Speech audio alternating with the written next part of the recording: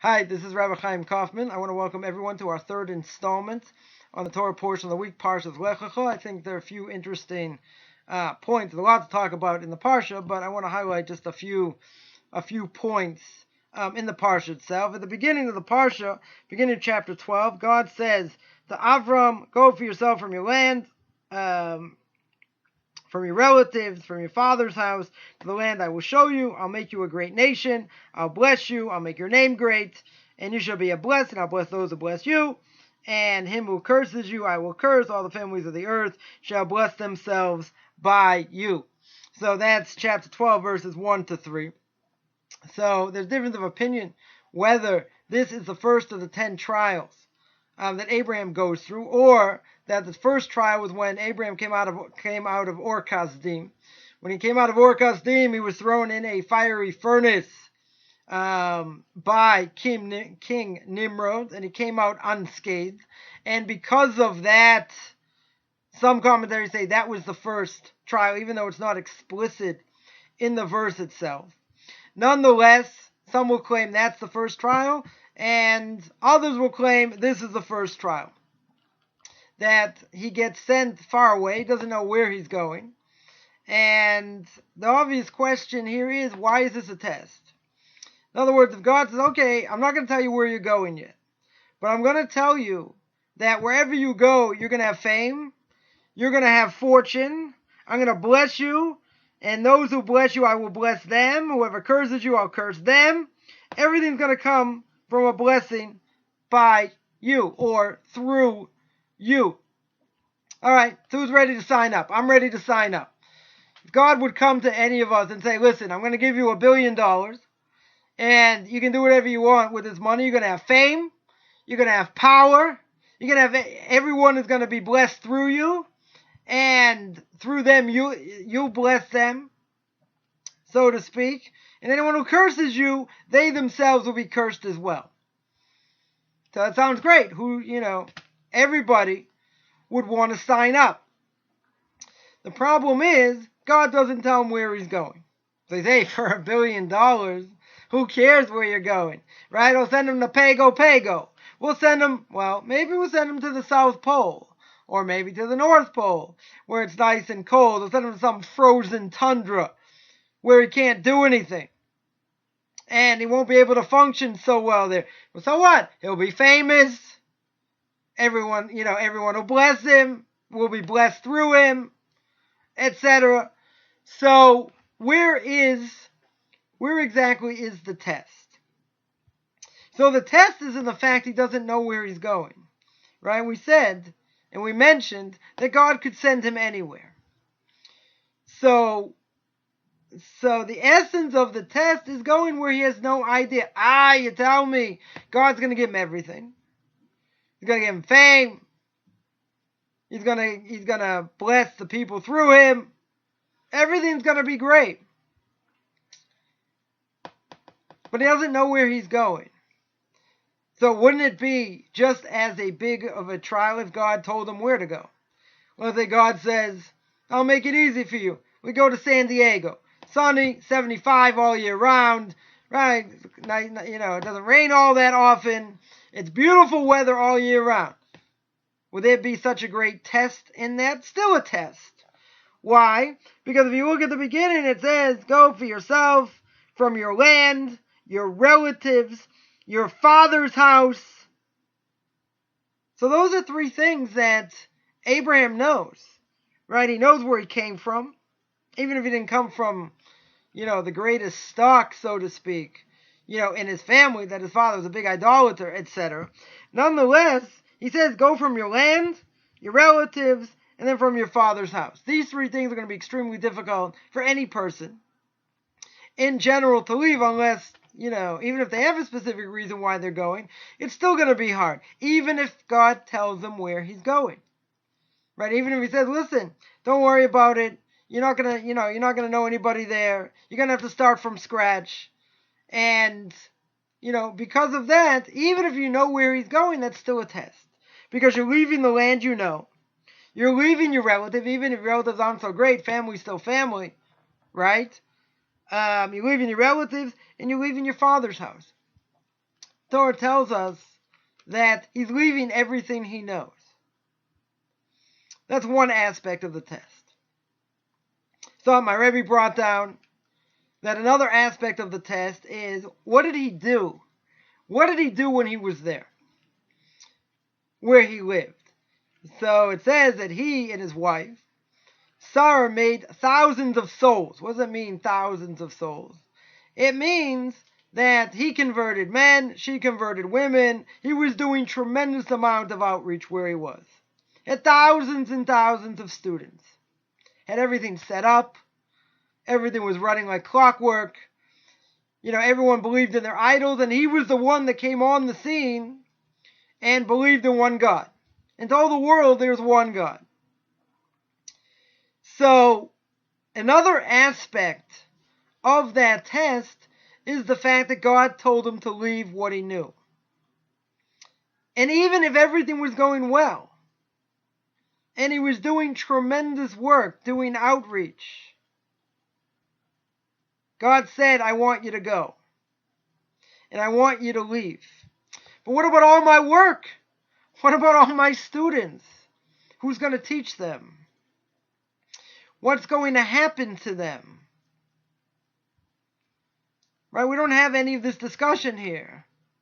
God just says, I want you to go.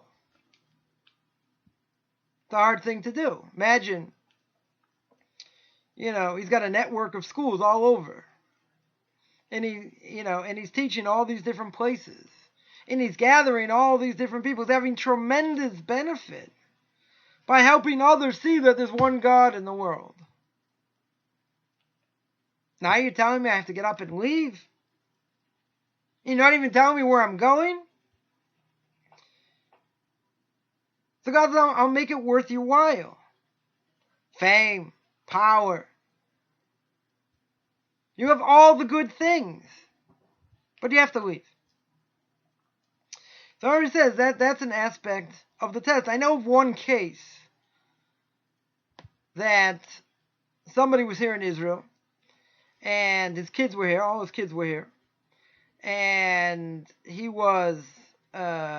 gave classes, different places, was the head of different institutions, etc. And he'd been in Israel for 30 years. An opportunity came up in the States where they asked, they asked this person to come back, to America and to lead this institution. He'd been in Israel for 30 years. His entire family is here, meaning his kids are here.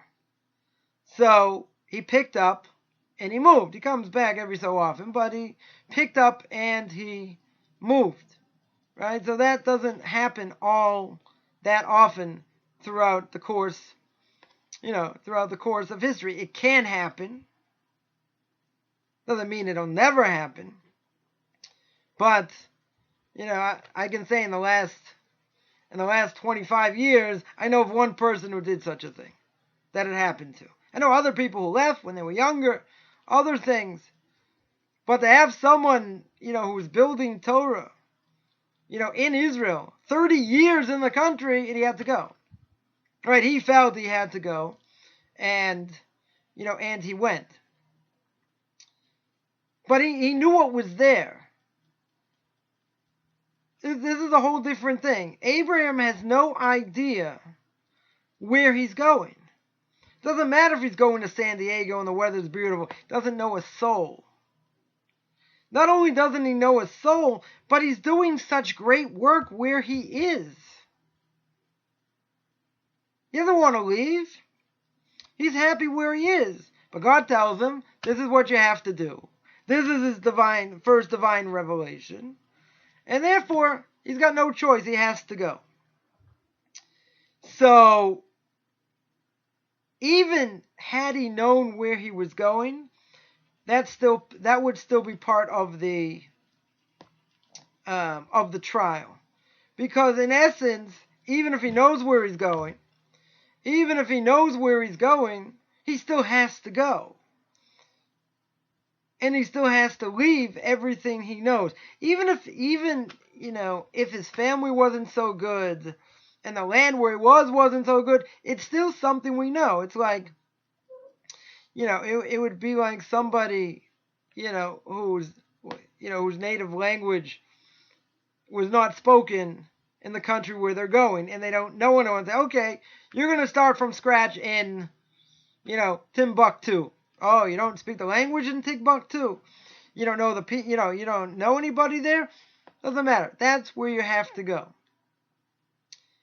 And even if he did know people there, wouldn't make any bit of difference. That's also part of the trial. Because even if he knows people there, he's leaving everything he knows behind. So I want to take a few minutes and just analyze what a trial is. A person, we say every day in prayer, let's rephrase that, a Jew says every day, God, don't bring me to trials. But we know if a person doesn't have trials, then he doesn't grow. It's a catch-22. Be that as it may, when a person has a trial, the question is, are they going to grow from it, or are they going to fall from it? Or maybe a little bit of both. A trial is given to each individual because of their spiritual makeup, from where their soul originates from, and only they can go through that trial. Only they themselves can either raise themselves up from that trial, or God forbid, go down. Now, we don't always understand the trial. Oftentimes, we don't understand the trial. But if you were to ask most people, are they the same person before they had the trial? Most people will say absolutely not. But if you ask them at the same time, wasn't it a great thing you went through the trial? They'll say no. And the reason is because we feel we can't handle trials. So the good thing is, God never puts a person in a position that they can't handle. We may think we can't handle it. It may be an impossibility in our minds. God says no. There are certain character traits that you have that are laying dormant right now. So I'm going to try and draw them out in order that you reach your spiritual perfection. In order for you to become the person you can become. If I don't give you this trial, or these set of trials, then you won't reach it. And we know that it's important for a person to the best of their ability to reach perfection, to reach whatever potential that they have. So God is going to tailor make each trial for each person. And the trials will not be the same. Sometimes maybe they are similar. But in the bigger scheme of things, each person has their own evil inclination. And they have to go through their own trials for whatever reason. Now, there are many times we'll pray and say, do not give me this trial. Take it away. It's too hard. If we understood what trials do, right, a lot of times a person can go through a trial and go through tremendous embarrassment or tremendous difficulty. And even if they fail to a certain extent, at the end of the day, they're going to get tremendous merit. We don't even know. Like when a person suffers, even going through a trial, what that merit is. I'll give an example. There's a story, one Rosh Hashanah at night, a person comes to synagogue, and he comes to synagogue first night of Rosh Hashanah. The first night of Rosh Hashanah, he sees someone sitting in his seat. He's not happy. He complains. Comes home, eats his meal, goes to sleep. While he's sleeping, he has a dream. Now, in this dream, what happens? This dream, he sees that he's being judged in the court, in the heavenly court.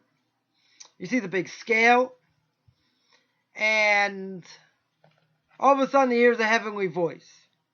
The heavenly voice says, okay, bring out all his mitzvahs. So these white angels, every mitzvah that we do creates a white angel. Some stronger, some weaker, depending on how we did the mitzvah.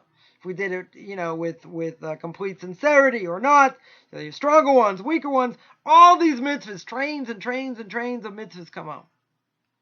Guy's pretty happy. And all these angels jump on one side of the scale. Scale goes boom, way down. So all these mitzvahs come out, that's it. No more mitzvahs come out. Then here's another Bosco. Here's another heavenly voice. This other heavenly voice says, bring out all his transgressions. Now when a person transgresses, depending how he transgresses, he ends up creating black angels. Some stronger, some weaker. So trainloads and trainloads of transgressions come out. And he's looking, it looks like there's like no end. These angels are coming, they have a big smile on their face, because they know if their scale goes down further, they'll be able to rip them to shreds. So he's getting a little bit nervous. More angels are coming, more angels are coming. The scale's coming. Remember, the scale was way down here. Right? The scale was way down here. Now, all of a sudden, the scale that was way down here is now coming up. And is now coming up. And is now coming up. So now what you have is that more black angels are coming, and the scale's like this. Scale's almost even. Right? Scale's a little bit white's up, black starts to come up a little bit, white starts. The scale's going like this. And the guy is turning white. I don't know how you turn white in a dream. Guy is turning white, and he's terrified.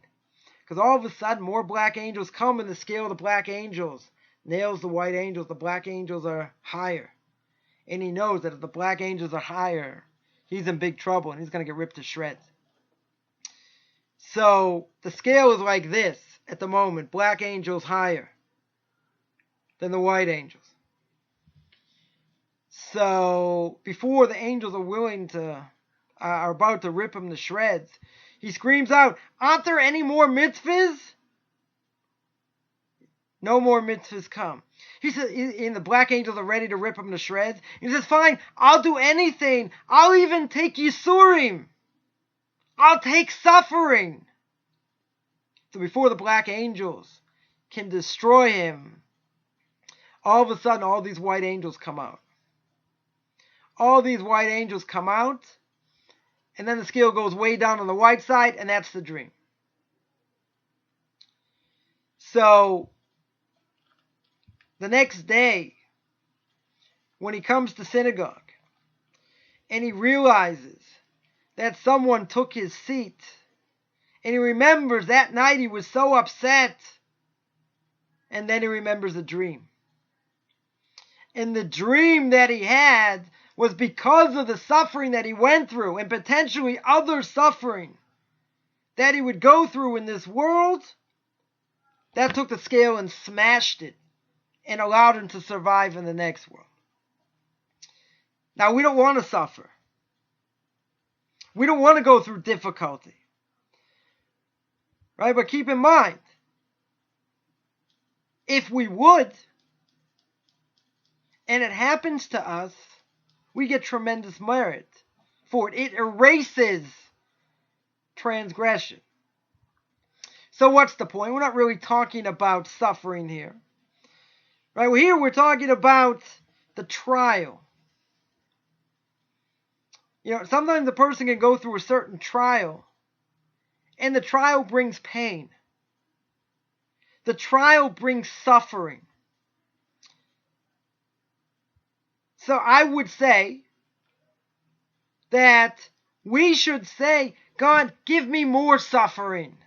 I want to go through more trials and tribulations so I can be pure in the next world. You think it was easy for Abraham to leave? Of course it wasn't easy. He was already famous where he was. He was already educating the masses, having tremendous enjoyment from what he was doing. But God gave him a trial. Right? God gave him a trial. And the trial was that he had to leave what he knew. And even if he had to suffer, even if he had to get embarrassed or other things, it was still to his benefit. He's only going to gain. But who's interested in that? If we really understood things properly, we're not masochists. We're not asking to suffer. Suffering wipes out a tremendous amount of good. But that's not really the topic. It's really about a trial. A trial can come with suffering.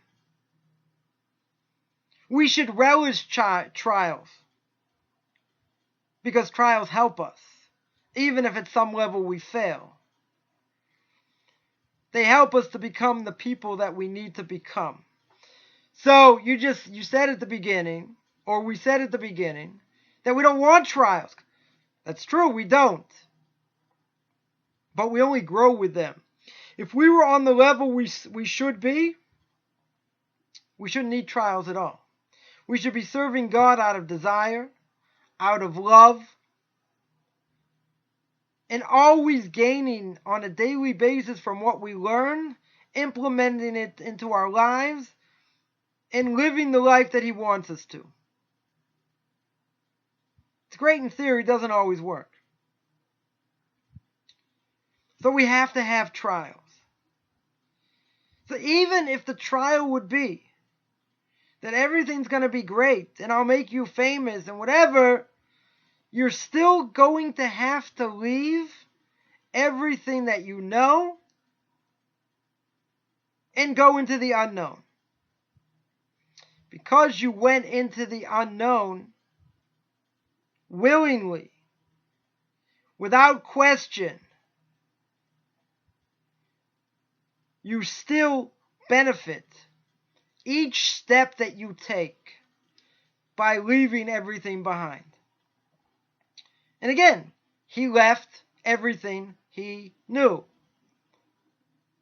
Right? He left his land, his relatives, and his father's house. All creature comforts.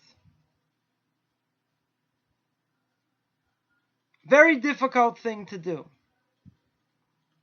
It's even more difficult if you don't know where you're going. And he goes and he doesn't complain. He doesn't say anything. He just does what God wants him to do. So, just as a short aside, people ask the question, well, what happened to all his students? Right, so he was still in touch with his students until Abraham died, so his students were okay. But once the leader was gone, that's it.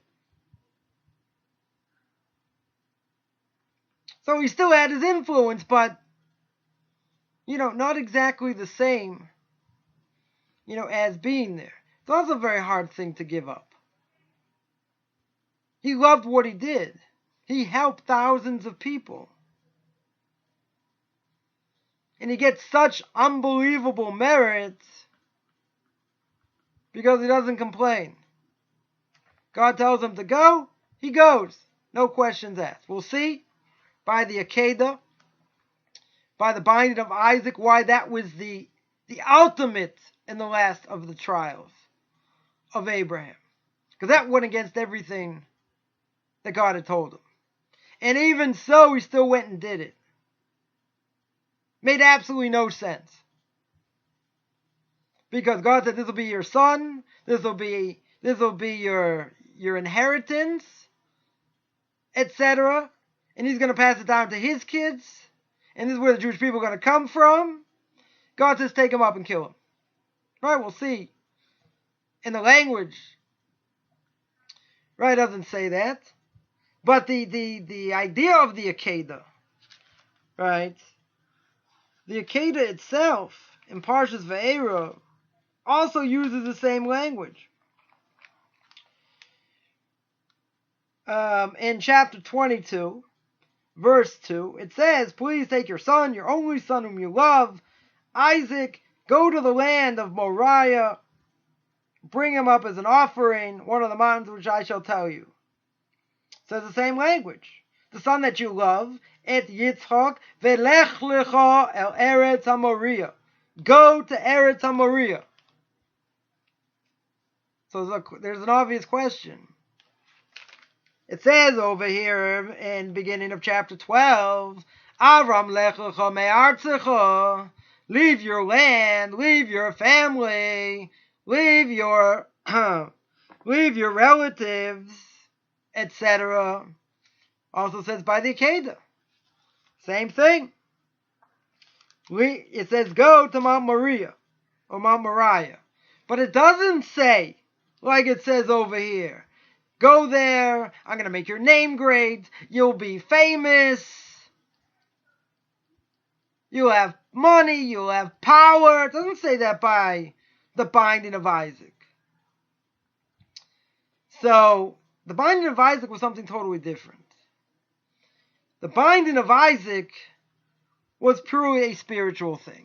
God wanted him to bring him up on an altar. But what was the purpose? The purpose wasn't for fame. The purpose wasn't for a blessing, and that other people through you will be blessed. The purpose was, God says, I'm going to take out the pureness of your soul and reach that aspect that you never thought you had in you. It's a spiritual endeavor for him to be potentially great. It's not the same test as over here. He's not given a havtacha. He's not given a promise. This is going to happen and that's going to happen. God just says, do it and go. No benefits, no greatness, no fame, nothing. I want you to do it because I told you to do it.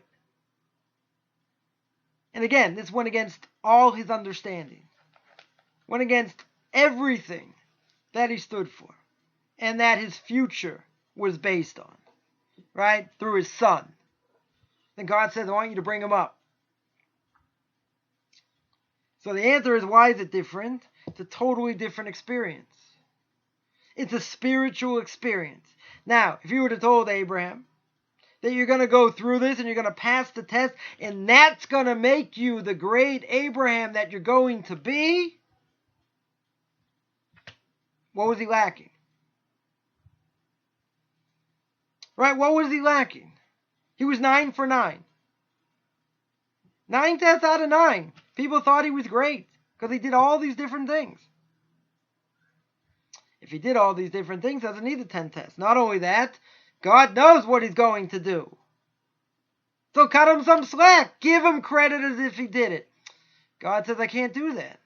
Unreached potential is unreached potential. So God sends him there against his own understanding, against everything he really stands for, and God says, go do it. So if it would have been me, I would have given him a pass. We'll say he's 10 for 10 even if he didn't do it. He would have been as great. Say the commentaries, no. Because if he wouldn't have gone through that, he wouldn't have reached that ultimate potential that he had. And since he was lacking in that potential, God gave him this trial, this last one, to make him perfect. Or as close to perfect as possible, in order to get the greatest amount of merit for the last trial. That is to say, Avraham would not have been himself, or would not have been as great as he could have been had he not gone through that last trial. But the last trial, I want to make clear, was totally different than the first one. Totally a spiritual trial. The first trial is more a physical trial. It has some spiritual aspects to it, but it's all about making his name great, etc., and having him listen to God and not question anything and go to a place he doesn't know. That's a physical thing. Over here is a spiritual thing. It's a spiritual idea. It solidified his greatness. In other words, if you were to put the cherry on top of who he was and what he stood for, this was it. All the 9 trials would have been worthless, many say, had he not gone through the last one. It's hard to imagine, but that solidified his greatness in history. So that's one idea. There's another idea I wanted to bring up, and that is when he goes down to Egypt, there was a famine, as it says later in verse 16. Abraham says to his wife, "I see your beautiful appearance. When the Egyptians will say, 'This is his wife,' they will kill me, and you they will let live. So please say you are my sister, that all may go well with me for your sake, that I might live on account of you." So that's chapter 12, verse 16. Starting from verse 16. Starting from verse 10, going to verse 13, right, 10 to 13, in chapter 12. Now, there are a few things here. First of all, why does he lie? Right? Why does he lie to the Egyptians? Even before that, he says, "I now see you are a woman of beautiful appearance." Sarah was known as, one of the greatest looking women of all time. The Talmud tells us. So what do you mean? You've been married for so long? Now all of a sudden he realizes how beautiful she is? Right? This whole thing is a little bit hard to understand. Not only that, we can ask a third question, and that is, how could he say that she is my sister? Because if he says she's his wife, all right, so he's gonna be killed, and they'll take her. If he says she's his sister, they can still take her, and if she has relations with Pharaoh, then he's permitting her. He's permitting her to commit immorality. She's still married to him. So immorality is one of the 3 mitzvahs you have to die for. If it's one of the 3 mitzvahs you have to die for, why is he allowed to say that and cause this to happen? Right? A little bit difficult to understand. So we'll answer the first thing first. I should have asked first is, how come he didn't recognize how beautiful she was now, up until now? So the purpose of marriage in a Jewish marriage is that the Talmud says a person cannot marry another person if they don't see them. Right? You have to at least see them. You have to be attracted to them. But many people say, but if you only met once, twice, well, not necessarily once or twice, but let's say you met 4 or 5 times, okay, we're ready to get engaged, 3-4 months later, you get married, and hopefully live happily ever after. Where's love? Where does love fit in here? So in the Jewish way of marriage, love comes later. Because you're looking for someone that has similar ideals that you have. That's who your parents will try and set you up with, right? Right? If a person's looking for certain, character traits or, certain things, so that you try and, find someone who's going to meet those character traits. Now, we have this idea, there's a difference between, as Rav Noach Weinberg, may his name be blessed, always said, there's a difference between love and infatuation.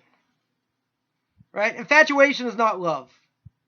Because infatuation can stay for a short amount of time and then it goes. Love is something much deeper. But you'll ask, how can someone love someone if they only met them 4 or 5 times? And then they meet them a number of times after before they get married. Because love is something that is deeper, much deeper than infatuation. Love can only come later. Right? The relationship only gets stronger once the person's together and once they've gone through different trials and tribulations of life. Now, people may say, you got to get to know each other much better. You have to live together, right? One of the great rabbis, Rav Victor Miller, may his name be blessed, used to say, how do you kill a great romance? Get married. right? It's not about, if someone's going to squeeze the toothpaste from the middle, from the end, from the side, whatever it is, it's going to make or break a marriage. It's the deepness. It's the connection. And you have to work on that connection your whole life, because not always can a man be with his wife. Right? A few weeks a month, he can't be with his wife. So you have to have that connection. If it's about infatuation, that's it. It's not going to last. That's why secular marriages, 60% end in divorce.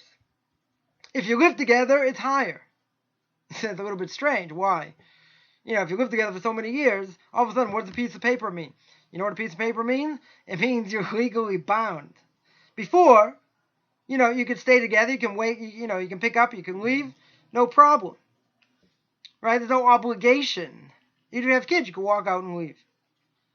Here, once you have a document, it's a little more difficult, or a lot more difficult to do that. All of a sudden, the person has a document and he's bound, then he's like, then he finds it a lot harder. Be that as it may, most Orthodox Jewish marriages work. People do get divorced. Not saying it doesn't happen. But the way the system is set up, the divorce rate is minimal. Even if you say it's rising, which it is, you say it's 3%, you say it's 5%, we're not talking 60%. Right? 3% is too high. 1% divorce is too high. But I'm always fond of saying, okay, so when you hit 10%, we'll call it an epidemic. 10%! We're not talking 60%. So the institution obviously works. And the reason, again, it works, in short, is because there's more of a physical bond between the two. There has to be. Because if there are times you can't be with the person, there has to be more than something, the physical bond, because you can't have it. That's why it's much more special. But again, marriage is like a plant. If you don't water it, it dies. I remember once I spoke at a marriage feast, the 7 days after a person gets married. You have a special meal each day, and people sing and dance, and people speak. So I was asked to speak by one of these once, and someone invited me personally to speak. So I got up and spoke, and this is one of the messages I gave, was that there's the idea of a flower, and if you don't water, etc. So people thought that this is like the greatest thing that they ever heard. Maybe it was the first time they ever heard it in such a language. But it's simple. Marriage has to be worked at. Doesn't matter how many years you've been married. If you don't work at it, it dies. So you can say, but again, 4 or 5 meetings, that's really enough? Is that really enough to make a solid marriage? If you have enough in common, then everything else will fall into place if you work at it. And marriages can fall apart for any number of reasons. Right? But yeah, you have to work at it. It's like anything else. You're going to have your ups and your downs. But staying together for years and years, without that, that's not good either. Certainly not good. Say, well, I'm not sure, whatever. But yeah, if, you're getting everything for free, why make a commitment? That's for sure. Right? This is a guy talking here. So, marriage was important, for sure, to protect a woman. It's one of the first contracts, quote unquote, the ketubah, which protected a woman. So, he understood his wife was beautiful. But that wasn't the essence of why they were together. The essence of why they were together, if we see her name, right, her name is Rivka. She's called Yizka because her acts, her actions were beautiful. She was purely righteous. She was modest. That's what he saw in her. Okay, she happened to be one of the most beautiful women also. Okay, but that wasn't for him.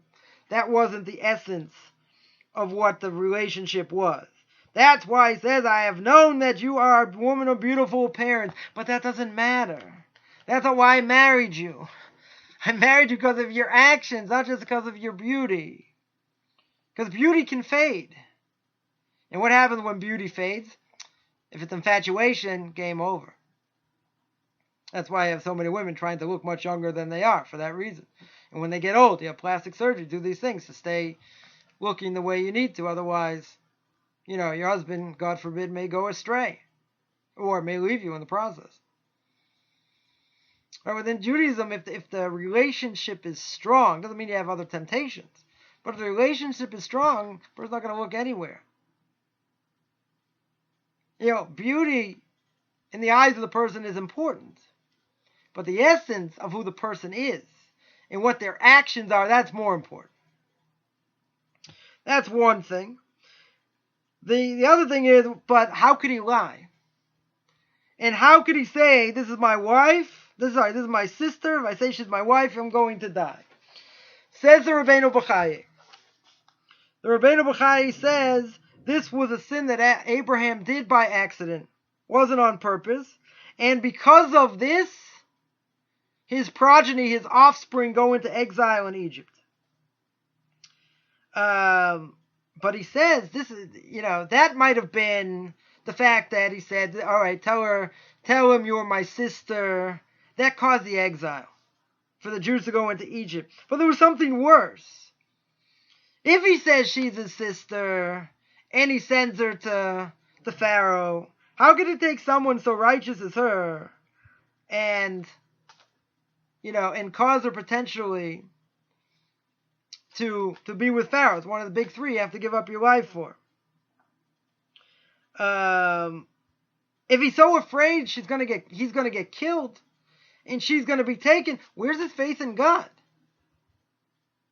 Right? That's I think a stronger question. If he's really the person that he is, he's not going to be afraid, these people are so bad and they're so immoral, they'll kill me and take his wife. Well, don't you believe God? Don't you believe God can take care of you? And God will take care of you? People have been making fun of him for years because everyone was walking around with their pocket God, and he said, there's a God that exists. Have you ever seen him? No. Has it spoken to you? No. They're like, good luck. And they're all pagans. They're all idolaters. And he took it on the chin, one after another, made fun of them and this, and Nimrod throws him into the fiery furnace. And he gets saved miraculously, he doesn't even get burnt. And his brother says, they asked his brother Haran, you with Abraham? So Haran thought, if he gets saved, yeah. If not, then I'm with everybody else. So Avram goes in, nothing happens, comes out, they look at Haran, he goes, I'm with Avram. They throw him in the fire and he dies. Right? It wasn't on the same level. But if he was as great as we're making him out to be, where in the world is his faith? Right? That's the question. The Rabbeinu Bachai says.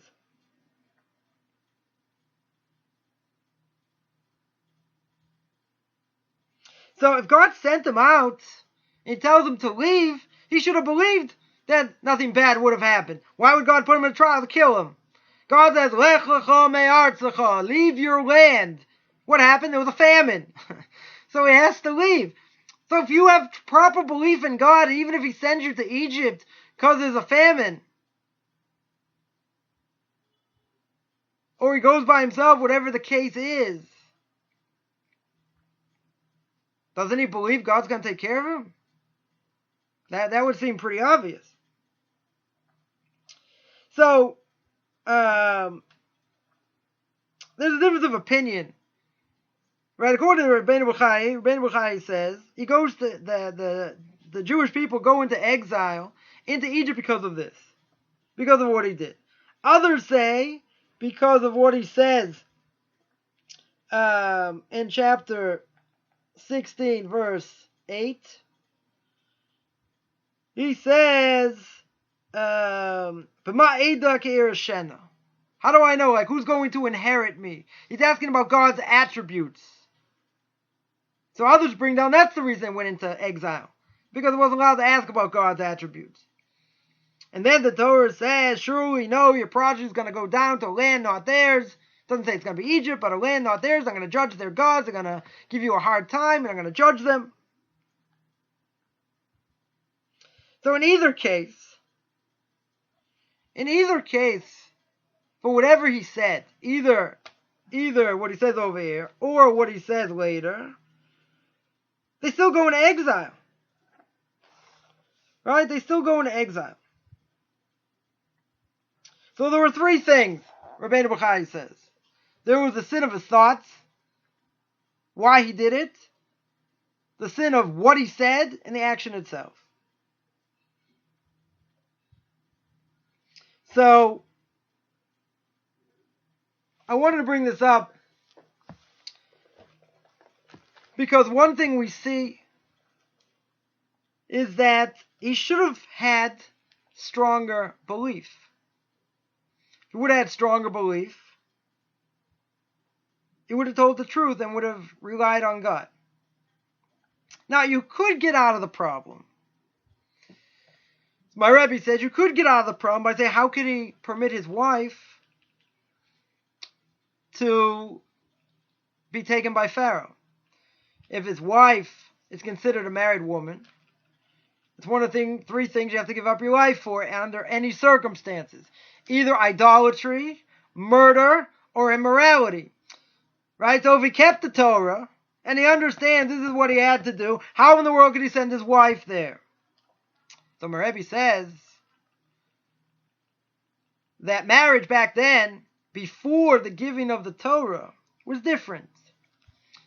So if he wanted to divorce his wife, and in the non-Jewish world, this is what, according to the Torah, a non-Jew could just walk away, and he's divorced, and that's it. He doesn't have to give a bill of divorce. Right, the Rambam says. He just walks away. So too over here, he wasn't married to her. Wasn't considered married to her. Why? Because he let her go. And because he let her go and Pharaoh took her, it was as if he wasn't married. And therefore, because he wasn't married, if anything would have happened, wouldn't have been on his head. That he sent her for that or whatever. Right? It wouldn't be that he was taking a married woman. Nonetheless, as the Rabbeinu Bachai said, it might be that the sin was by accident that he said this, but the repercussions are tremendous. So I'll mention one story that happened a number of years ago when I talk about marriage and walking away from marriage. It's a famous story of 20 years ago or more with the actor William Hurt. William Hurt was married, wasn't married, and he lived with a woman for a number of years, had a few kids, and I think he lived either in North or South Carolina, one of the two. I think it was in South Carolina, if I remember correctly. And as the story goes, he walked out. He left. And she had, I think, 2 kids or more. I think it was just 2 kids. And she wanted to claim half his money. He said, what are you talking about? We're not married. I don't owe you anything. Not alimony, not anything per month, nothing. I don't owe you anything. So she called in the law of common marriage. The law of common marriage, at least according to the way the Torah will see it, is that a person lives together and they act like husband and wife. It's considered like they're married, right? Before the Torah. Right? By non-Jews, it's like this. You live together, everyone sees you live together. And if you're not married, that's considered marriage. If he walks out, that's it. It's divorce. Doesn't have to give a bill of divorce. So, in this case, at least according to the Torah, he walks out. That's it. It's done. So she claimed common law marriage. He claimed no such thing. No such thing as common law marriage. So, common law marriage exists on the books in some places. Not all places. Not in all states. So, I don't remember exactly what transpired. I think she got something from him, but I don't think she definitely didn't get what she wanted, if I remember correctly. So, but according to the Torah, according to this, he's considered, he's considered married. So that's how my Rebbe gets out of the problem, that if he sends her, then he's not really married, and that takes care of the issue. It doesn't take care of the other issue. The other issue according to Rabbi Chaim is that she, because of this sin, even if it looks minor. I mean, he calls it by accident, not on purpose. But we see he's afraid, right? He's definitely afraid. Some say that the main reason he was afraid because these people were, the worst, immoral people in the world. He had what to be afraid of. Rabbi Chaim says he should have had better belief. He should have bigger belief. Why would God send him on a trial and not protect him? It wouldn't make any sense. Avraham obviously understood this. Either way, for whatever he said, either because of this action or because of what he said later when he wants to understand God's attributes, the Jews go into exile. Right? They go into Egypt because of that. So Rabbeinu Bachai said that there was a problem with his thought, and there was a problem with his action. And because of this combination, it caused this to happen. So, although he understood the issue around him and what the people were doing and what they were capable of, nonetheless, he's taken the task for it because his faith was not complete. And in some way, it was a lack in him that caused the Jews to go into exile. So here we see that yes, he survived the first test of going, and then the second test is there's the famine. So you see, in some aspects he did well by it, and others that he failed. Right? And then we see later by Avimelech, same thing. He says, tell him, if they want to know who I am, just tell them I'm your brother, so I won't die. But there it says clear. The reason is because there's no fear of God in this place. Because there's no fear of God, I can't rely on any of my merits. It could be that, if I don't have the merit, I'm in trouble. So, but the same thing happens over there. Right? It could be, according to Kabbalah, Jewish mysticism. There's another reason it could have had, that is punished over there. Right? There are a number of reasons Talmud brings down why the Jews go into exile. So it doesn't mention this one. So it could be that it's Kabbalistic reason. But be that as it may, he had that trial. In a certain aspect, he did very well, and he left everything he knew, and he got tremendous amount of merit. But see, there was an aspect of this trial that there was a powerful aspect of this trial that caused him, and that caused the Jewish people to go into exile later. So, one thing we see, and I'll end with this idea. One thing we see is that even if we pass a trial, or let's say we pass most of it, if we don't, if let's say some other part we don't pass, repercussions could be catastrophic. They say, but why did God put you in that point anyway? And the answer is, because even if you failed, 10% of it, the other 80% were worth it for you to go through. And because it was worth it for you to go through, you got infinite merit. But what about the 10%? The 10% that you failed, still worth it. We may not think so, but it's still, at the end of the day, in the next world, we'll see how much, of it was worth it. But there still are, repercussions. As the Rabbi Chaim says, it was a sin out of, it was a mistake. It was a mistake by accident, as the Rabbi Chaim says. But the repercussions on the Jews went into exile almost got destroyed in the exile of Egypt. So, 96% he did great. The 4%, catastrophic, in a certain way. So, but we have to go through trials. We have to relish trials even though we don't like them. And we have to relish them because they help us. And hopefully we look at trials as an opportunity to grow, not an opportunity to sink. Because God doesn't want us to sink. He wants us to grow. And He knows what we can handle, even though we don't think we can handle it. God never puts a person in a situation he can't handle. I have to say something nice at the end to after all this depressing stuff. So when we take that, use the trials that God gives us, and let it hope that it's going to make us the people that we can be, and that will help us reach our true potential. Have a good Shabbos.